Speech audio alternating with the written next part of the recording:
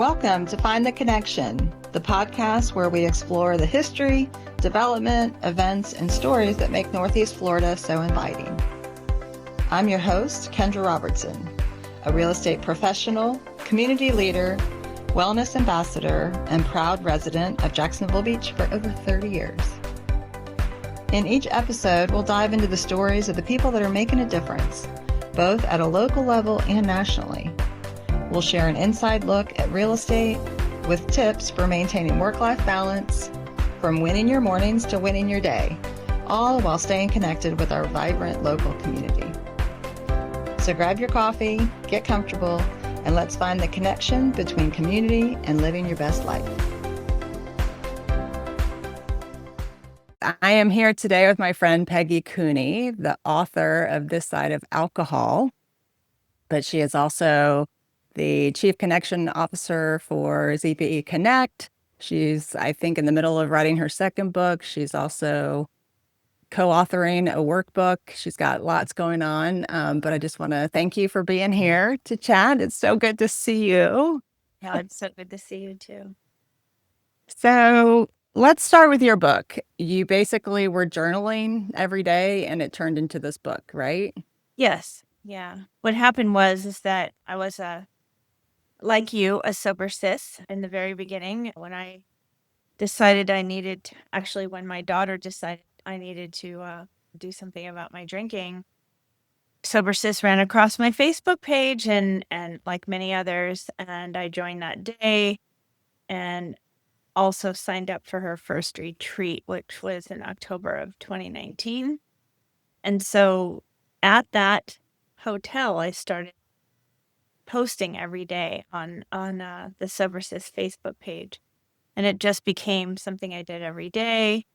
And about 6 months in, I had a lot of people, kind of a big following for that. And one of our sober sisters said, I think you need to write a book. And that's sort of where it all came from. It's really incredible. I mean, even your newsletter and then your Facebook group page for This Side of Alcohol, which I think at this point has like 25,000 members. Yeah. I love your J words, like you post your journal words. So you're still journaling. You're still every day, even if it's a couple sentences, I make sure that. And it's interesting because I had a lot of journals with one page written. It's like closet, right? Because I always wanted to journal and I never really kept up with it. So it just kind of happened. So your journey, I know your journey. I've known you for, I don't know, I guess for about 4 years now. I was so impressed with the book in the sense that, one, your husband's chapter was last. And I loved his inscription your inscription that at the beginning of the book, for my husband, Paul, who chose to understand addiction versus leaving. That was just really beautiful. But in your book, you've got resources at the back. And I know as I share my story locally, regionally, nationally, I also have a list of resources of so many books, podcasts, communities, all that thing. I think that's really helpful. And your Facebook group page has become so welcoming, I mean, so many people at different points in their journey. Did you ever envision that's what it would become? No, and one of my colleagues, her name is Caitlin, and when we talked about writing that, we talked about how do I create a social media audience, and she's obviously an expert in it. So, and I really didn't see a need for it, but she said, let's do that. So a year before I published, we started the Facebook page, and I love the fact that she was insistent on being intentional. So Mondays, I post my day count with a paragraph, and then Tuesdays, now it's turned into kind of what we're offering, and actually where we're any resources. Kind of Tuesdays sort of turned into a resource day. Then Wednesday, I do a journal post. Then Thursday, I do a community question. some kind of prompt this time. What do you want to let go of? Like the trees let go of their leaves. And then on Friday, I do a community quote. So it's very interactive. And I think it's different in the sense that it is really interactive. And still after 5 years, or 5 years in December, I still answer every comment. That's awesome. That is just absolutely amazing. So you've got a master's in social work. How is this translated into your workplace? It started out as very, what do you call it, cognitive dissonance. I found myself at the end of my direct practice career in child welfare and adult protective services, working with families with addiction, and then going home and drinking my own bottles. It wasn't. Right. It was very difficult in the end for me to even look in a mirror, because here I was teaching. Actually, at the end of my drinking career, I was actually into probably maybe my first year of teaching for the University of Davis in social work. So yeah, about 2 years. And so that's when it really hit me. The cognitive dissonance really hit me, because here I was teaching social workers how to work with families with addiction and going home and having my own addiction. So I think in 2018, I actually got Teacher of the Year with two other colleagues out of like 1,750 teachers. And I felt so phony. I felt like I had such a bad case of imposter syndrome, because, like, why would they, if they really knew me, they would have never given me that award. That's what I was feeling, because they had, interestingly enough, they had a wine bar at the awards, right?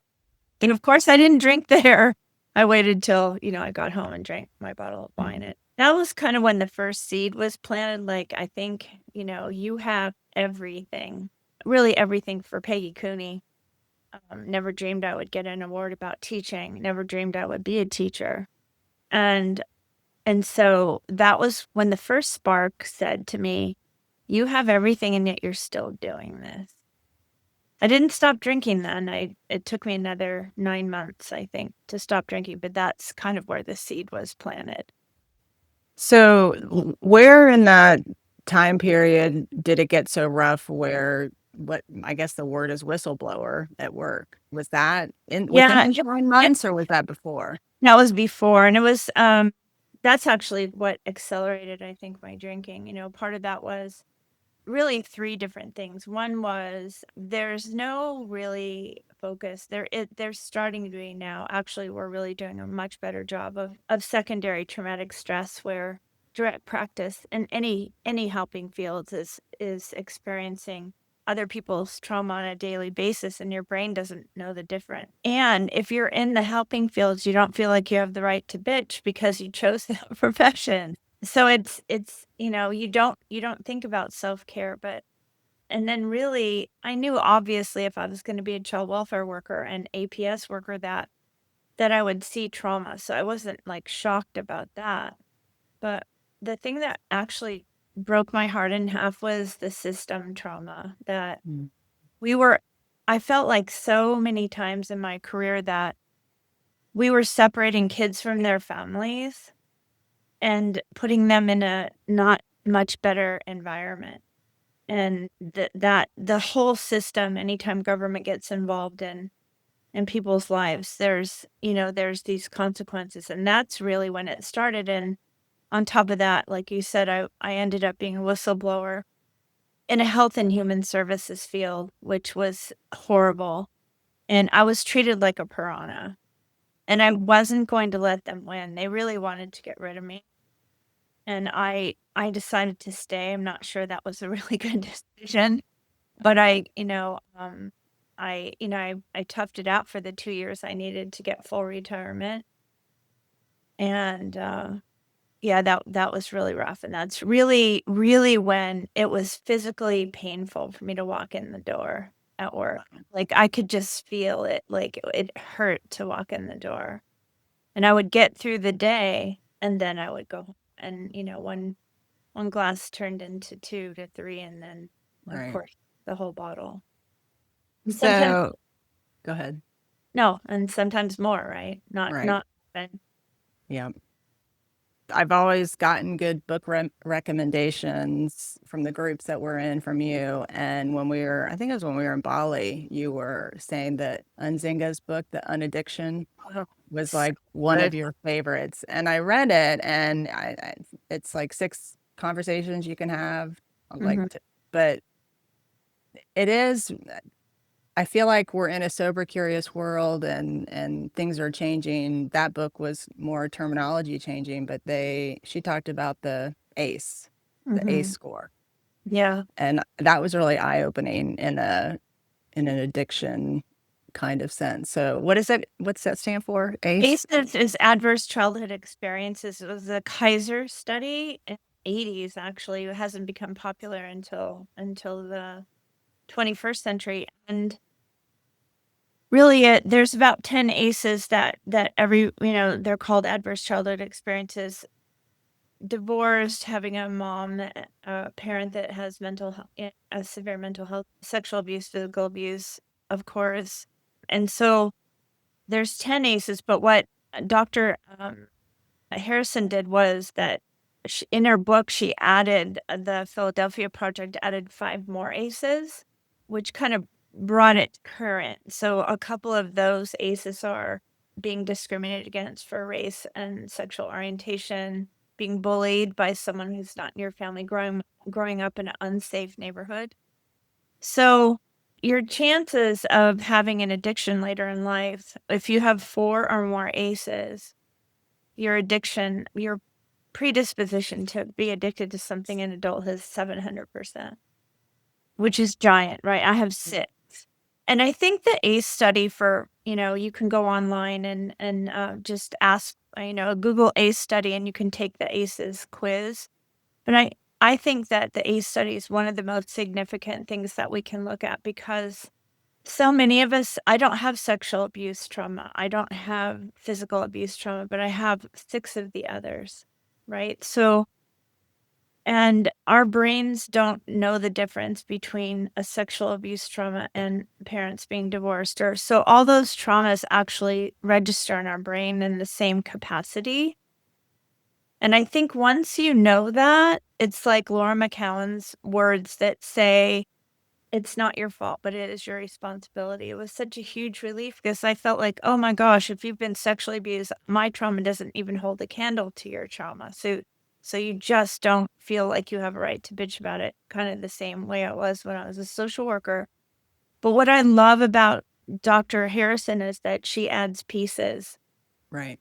And, the pieces part, which is positive childhood experiences, really, and I did have one of those people. I had Hazel in my life, my mom's best friend, really counteracted some of the trauma that happened.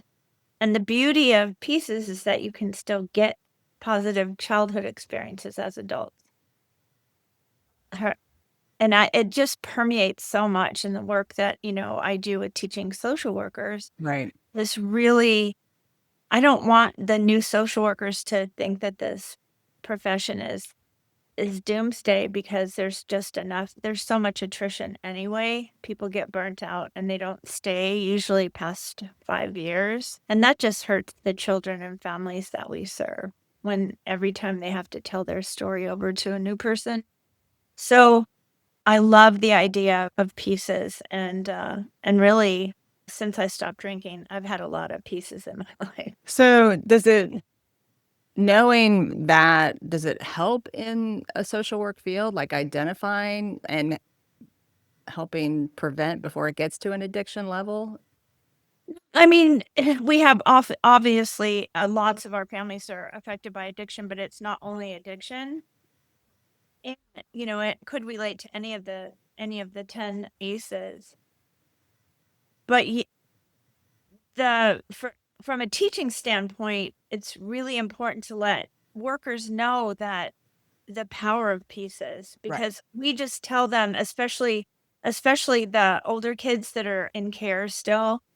One of our biggest goals is to create a support network around that youth. And I think it incentivized the new workers to go, wow, this isn't just something we read in a book. It really does make a difference. It really causes physical changes in the brain when you have Right. somebody that believes in you and just gets them more excited about how important it is to create safety networks around these kids and adults too. Yeah, I mean, that could apply to all of us, Mhm. right? Oh, totally. I tell all my students that I teach that the only difference between me and the families we serve is my village was bigger. I love that. That's beautiful. And the book you're working on, your next book, have you started it? Because that's Outlined, I've been kind of putting it off. I keep getting sidetracked well, with you've this got a lot going on. project. And so, yeah, so it's going to be on secondary traumatic stress for those in the helping field and really looking at not only secondary traumatic stress, but system trauma and all of that so that I have a lot, and I'd really like to weave in some stories. I have a friend who's a doctor and what she goes through, and Mhm. firemen, and also include caregivers because I think caregivers are those unsung heroes that take care of their parents. I didn't have that experience because I was very young when my parents died, but I see the stress and just the emotional toll it takes on being a caregiver, especially you're kind of, that sandwich generation where Which you're I in that am position, yeah, I and, am totally in that position right yeah, now. Yeah. not an easy position to be in. No, and I've learned that the caregivers are the first to go down. They are, yeah, they totally are, yeah. Yeah, and in the real estate world, I have helped a lot of older generation make that move, Mhm, deciding to go to assisted living or emptying a home that they've been in for 40 years, or dealing with dementia. I worked with a family this past summer. I was dealing with the niece that her aunt and uncle were moving to be closer to her, and we knew that the aunt had dementia, but he was holding it together for her that they didn't realize he had a little bit too, and so yeah, I've been dealing with my dad for a few years. I followed my dad and my stepmom to Florida. They followed me to Jacksonville. And he's had multiple car accidents or not, well, one big car accident, but multiple health issues. And he is in a wheelchair full time and he's now fully in assisted. But in this sobriety journey, I have learned some boundaries, you know. Yeah. I've gotten stronger in that role with him as well. But yeah, I am definitely, my kids, I'm an empty nest, but I'm getting ready to have my first grandchild.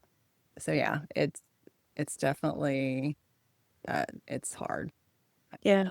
not easy. I mean, I watch other people do that too, and I think the APS part of my job was much harder than child welfare because especially in child welfare, there's laws around child abuse, right? Mhm. In adult, it's self-determination. So if someone, no matter what shape they're in, tell you to get off their porch, you have to get off their porch. Right. So it's a lot more challenging. However, it's also been really special because some of the people I've met, it I met a general who was a general, I think, or somewhere high up in the military, and nobody could deal with him, and I just went in and saw his wedding picture on the mantle and just asked him about it, and I was there for 4 hours. And I walked into another home and when I was coaching down in, Mono County, and we walked into the home of a former Olympic skier. She had dementia pretty bad. However, when we asked her about the pictures that were on her wall, she talked for 2 hours. So Wow.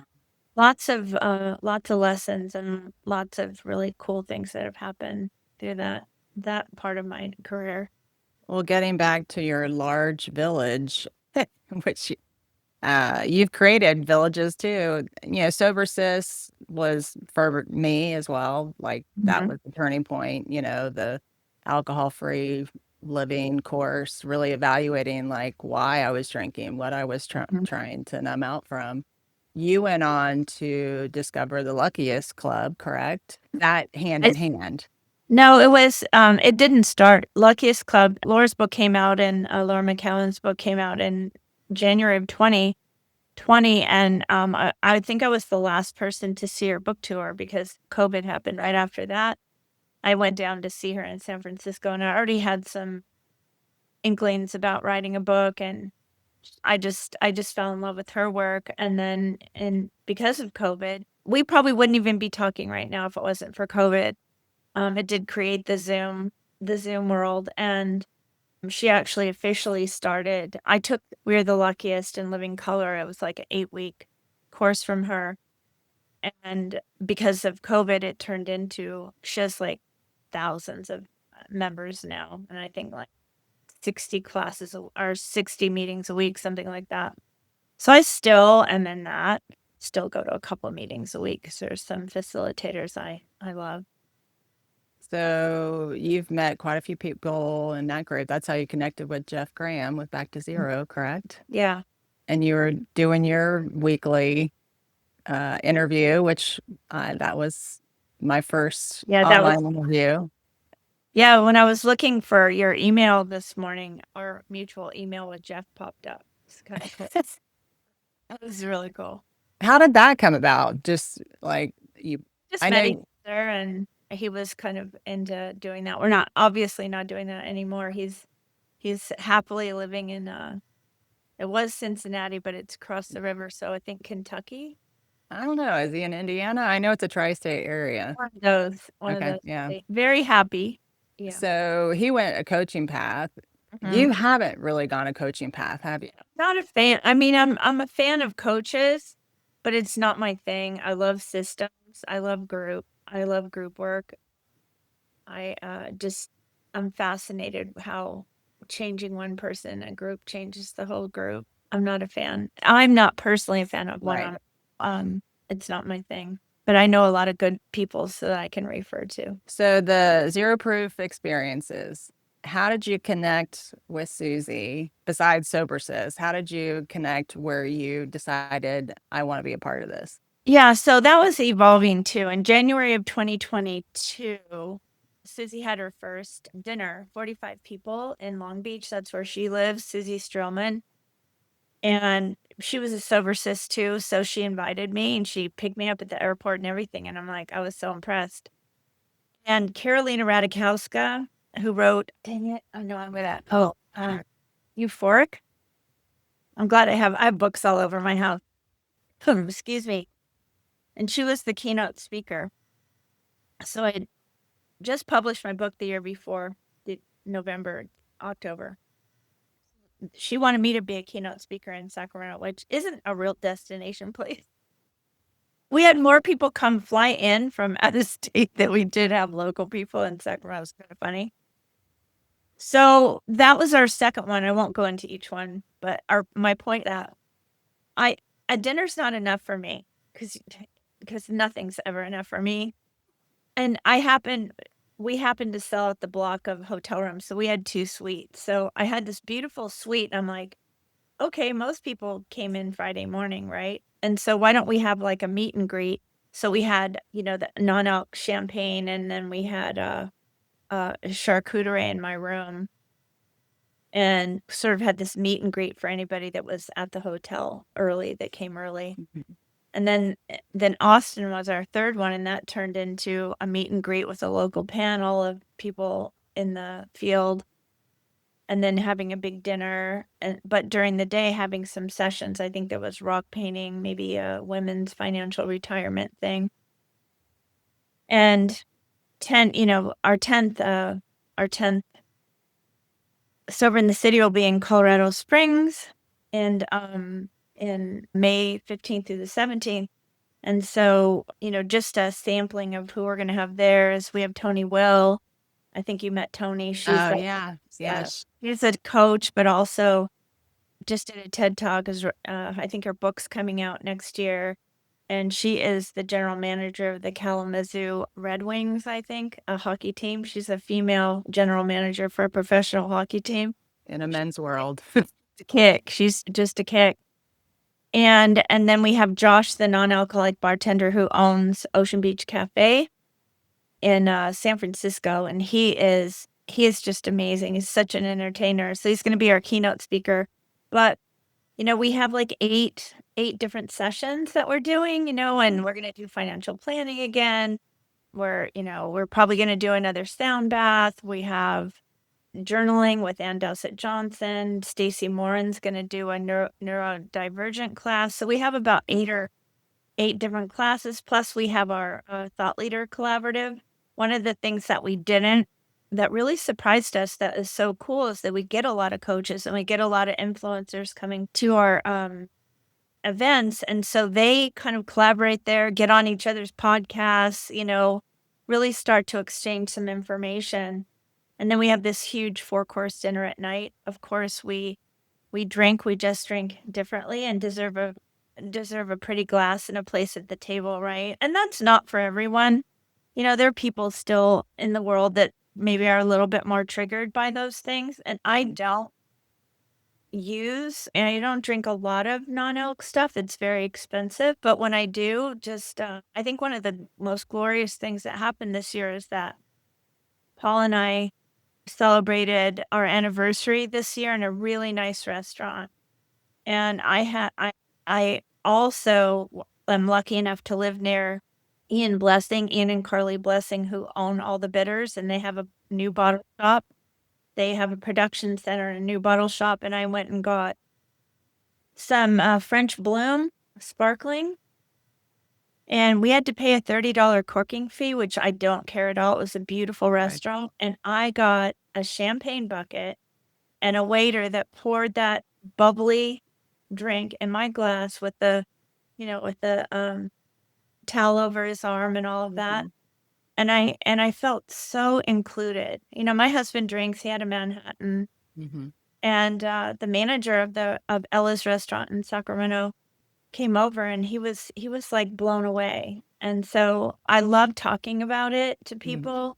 Even the people next to us were impressed. They said, "Oh, what is that?" Because it's not on the menu. Right. And talking about what it is. And I love that because not everybody drinks.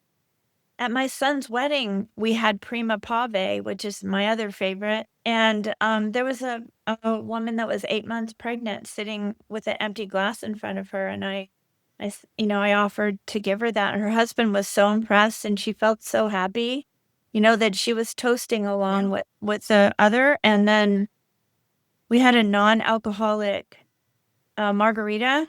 And the bartender at the wedding was like, "I had no idea this stuff existed. My husband and I want to have a baby. And how cool is this?" Right. There's just so much out there now. There is my daughter's wedding in May. She had a mocktail bar and served, there were plenty of alcohol-free champagne available. And it's amazing, how many in this sober, curious world, how many people aren't drinking and at their age, pregnant or, trying to get pregnant. I was impressed with how much the non-alcoholic was consumed versus the alcohol. And it is nice to have something in that flavor profile. I've never been a big beer drinker, and that's becoming more common at a restaurant, but you don't really get a wine flavor profile at a restaurant. I've got a restaurant here that I will go to that's, really nice, and he lets me bring in something. And Brooke Gabrielson was in town, and we took a bottle of Shirley, and, he put it on ice, and same thing. It just feels festive. You just don't feel othered, and I love that. I love the fact that I can enjoy it. And because I'm the only one in my family that doesn't drink. But now it doesn't, I never feel like I'm othered anymore. I mean, the very beginning was like, "Do you want a strawberry margarita? Do you want a strawberry margarita?" And skip me. Like, just ask me. I can say no. So when did you officially become a part of the Sober in the City weekend? Like right after always been? Sacramento. Okay. Yeah, right after Sacramento. Okay. And then just really quickly, Susie, I didn't go this time. Just family stuff was happening, good family stuff. And they just got back from the first world non-alcoholic wine tasting tour with Hooked on Travel. Darcy from Hooked on Travel. We partnered with her, and it was lovely. Yeah, I actually Wasn't as talked to lovely as Susie. our Bali trip, but it was lovely. Yeah, the Bali trip was definitely special. It was Yeah. really special. Yeah, I can't say enough on just how nice it was to travel with you, to travel with women that weren't drinking, Mhm. um, to have such a not a full agenda, but an agenda with time to Yeah, it well, was done well. And my only regret is that I had to have my knee replaced after Bali instead of before, 'cause now I'm super mobile and, I could have trekked around on those hikes with you, but I couldn't do it. yeah, that last day, well, that was some beautiful hikes. All right, so you're going to Austin soon. You're connecting with Chris Marshall with Sands Bar. Is that right? Yeah, we're going to Austin. We got nominated as best community. Just really, again, really quickly, that we started in 2023. We started a new little venture that is attached to Zero Proof Experiences called Zero ZPE Connect, and we have Zoom meetings on Mondays and Thursdays from 6:30 to 7:30 a.m. Pacific Standard Time. Um, and I, use my facilitation background to, so all of our topics are around I'm alcohol free. Now what? I'm So alcohol free. Now what? yeah, so we have about 150 members in there. And so we have about 20 to 30 people for each meeting. And so I do the Monday meetings and then we rotate through 6 other facilitators on Thursdays.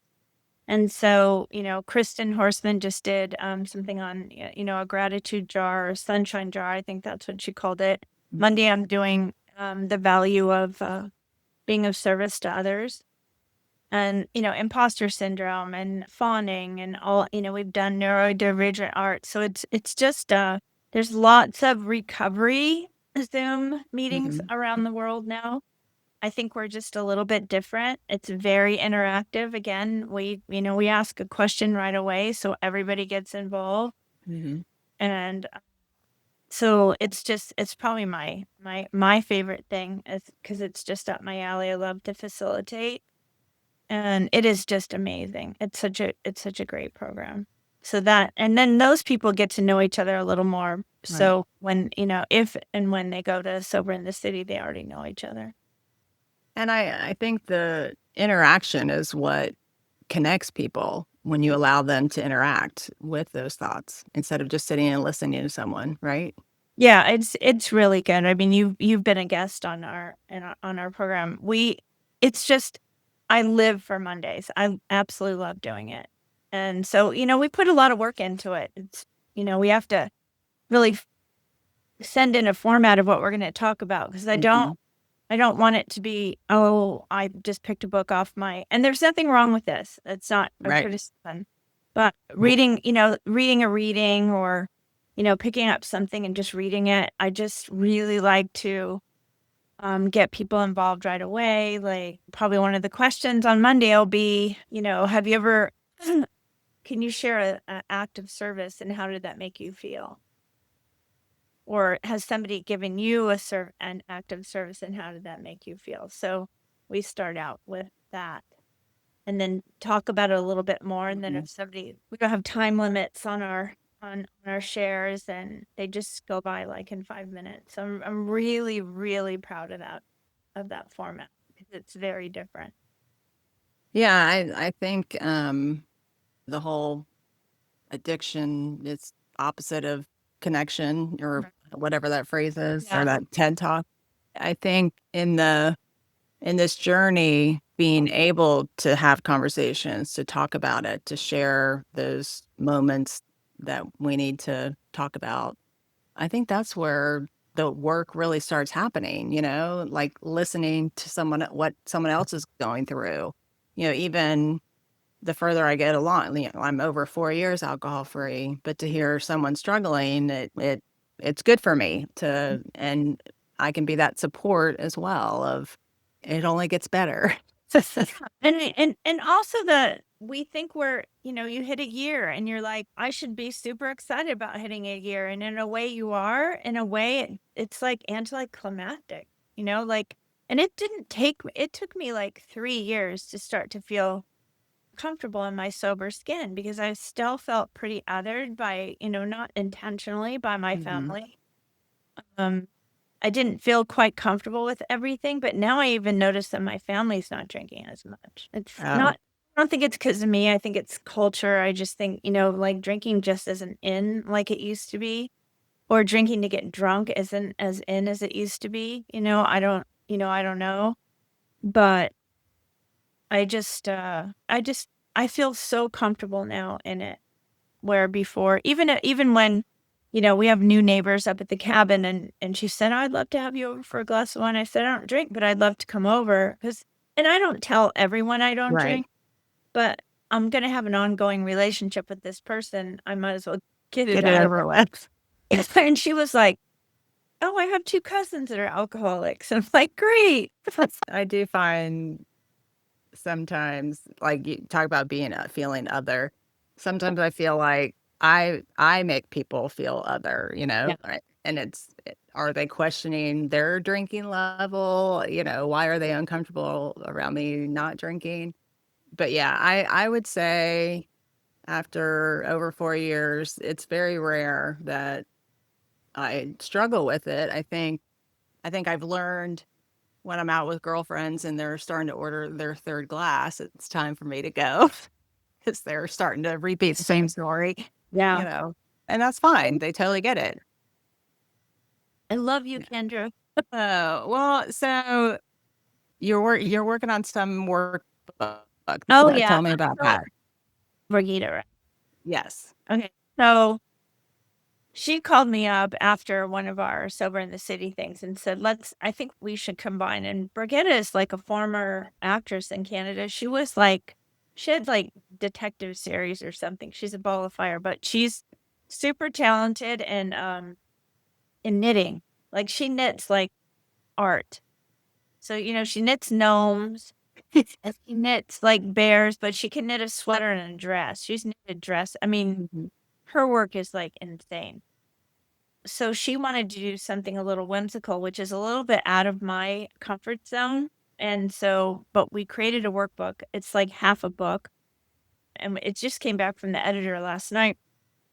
It's called Finding Your North Star, or Landing on Your North Star. Sorry, we changed Landing. Okay. the title. Landing on Your North Star. And so it's a way to figure out what your purpose is.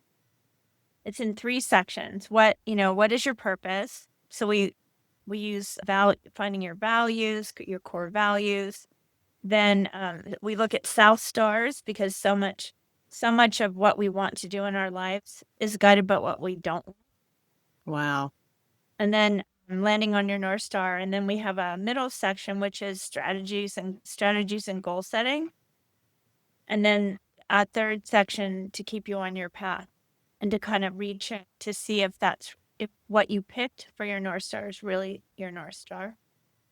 And so she adds her acting and Reiki and coaching, and then I've got the social work background for a lot of the goal setting and stuff, and the editor really likes the book, and we have gnomes. They're North, Gnorth, and Nora, Gnora, and they're the guides that guide the reader through the book and have different My little. my granddaughter that is not here yet. By the time this is published or released, she will. But her name is going to be Nora. So I love This this is name. awesome.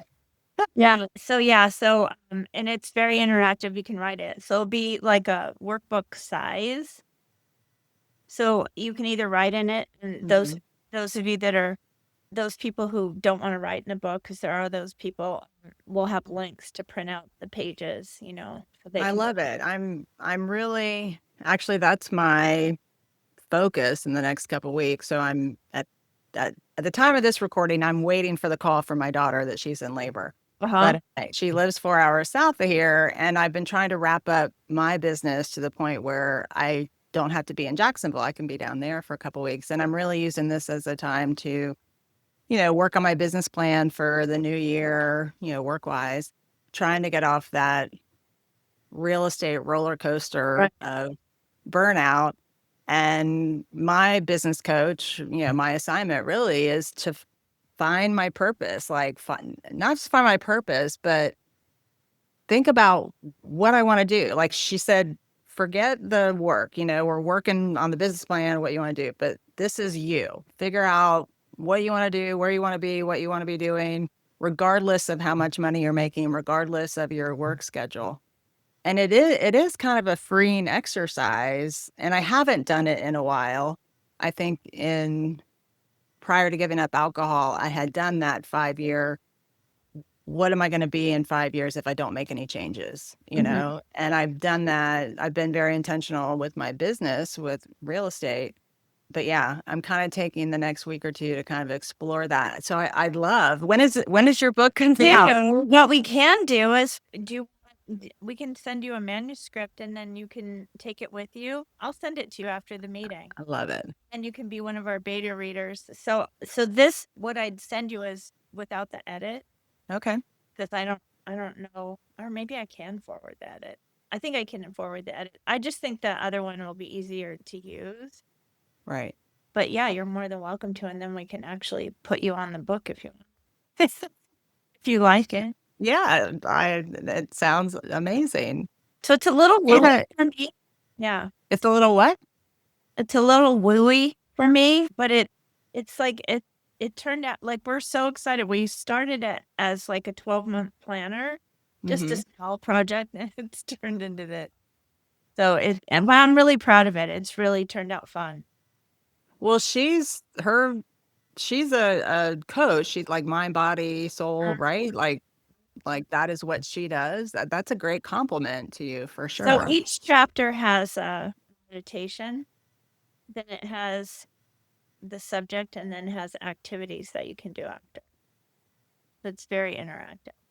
It's super cute. And then Stacy Morin's gonna do she's a friend of ours too. I think have you met Stacy? Yeah, you met Stacy. Yeah. She's gonna do the cover because she's a real good artist. So we're gonna have her design the cover.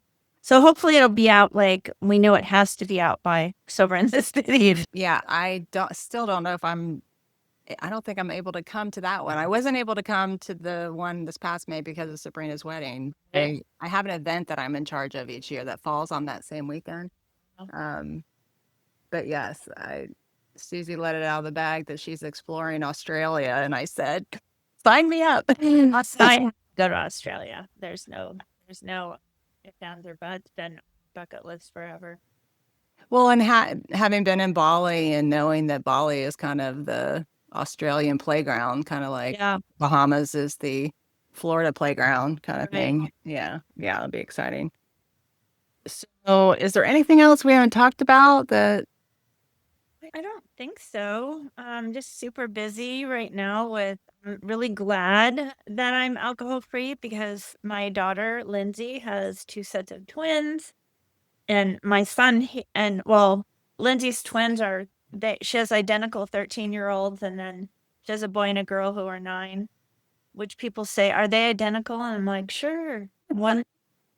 But 2 sets of twins. It's crazy. Yeah. So, and they're all into sports, thank God, because I don't think I could raise a kid with the device stuff going on. I mean, I think it's a nightmare. And so it's a nightmare for me to teach. I've said it in public that all of our classes, our mandatory classes anyway, are paperless, and it just cuts down on the interaction between, if you've all got a computer in front of your face instead of looking at each other, it's just not as effective. And I'm constantly bitching about that. Every time I see one of my bosses, I'm bitching about it. They're like, oh, shit, Peggy's coming off. You're just gonna say something about that because it really bothers me. We're in the human services field. Can we print out the right? Well, and in general, I live really close to a school campus, and I see this mom pulling her young child in a wagon while she's walking her other child to school, and this little kid has like an iPad, like he's on the iPad in the wagon. I'm like, can't you leave that at home just for the walk to school and back, Yeah. And then I always I always think about my childhood, playing outside, couldn't get Right, until the lights come on. And I was talking with one of my daughters this past week, just with the grandchild coming and talking about raising kids and her memory, she's 27. Her memory is being outside all day. She said, Mhm. "Do kids even play outside anymore?" You know? It's so sad too because I was out walking, and I make it a point at least once or twice a week to walk without, because I like listening to music or a podcast, but I also see my walk different when I don't have a device on me. Mhm. It's a different experience. I do a lot of writing planning in my head when I'm listening to music. And, I walked by yesterday and there was a grandma with her two little kids at the playgrounds right in front of our house. And she had her cell phone on. I mean, she was looking at her cell phone and the little kid saying, "Hey, grandma, watch me." And she's, kind of pulling away from her. Right. Like, oh, it's so sad. So awful. Well, with my ocean swims, you can't take any Oh electronics my in the ocean God. every morning. Awful. No, I forget. You take it up a level. But yeah, so my kids, I live close enough. So one plays softball, one plays soccer, so they all play different sports at the same time. So most weekends I'm transporting kids and I absolutely love it. I love every second of it because they're getting older Mhm. and they don't want to spend the night with me anymore because they have friends. So, Right. and then my son he'll be 2 in January and he's the cutest thing on the planet and loves everyone. I love all the people go, "Ryan's such a great kid." I know, because he likes you. He likes everyone. He's not shy. So I'm gonna go over there tonight and see. I think he's Yeah, the a whole ninja turtle. being a grandparent phase, I don't know that any of my girls will make it back to Jacksonville. So I've got to figure out this, out of town grandmother phase Yeah, number I'm one. really lucky. My kids all live close, Yeah. semi close. Thank you, Peggy, for joining me. I hope to see you in person sometime soon. Yeah, me too. Thank you. Thanks for listening to Find the Connection. I hope today's episode gave you some helpful insights and inspired you to get involved in your community. If you enjoyed the show, please subscribe and leave a review. It helps others find us. And if you're interested in making a move or learning more about Northeast Florida, reach out to me anytime. Let's keep finding the connection together. Until next time, stay connected and keep thriving.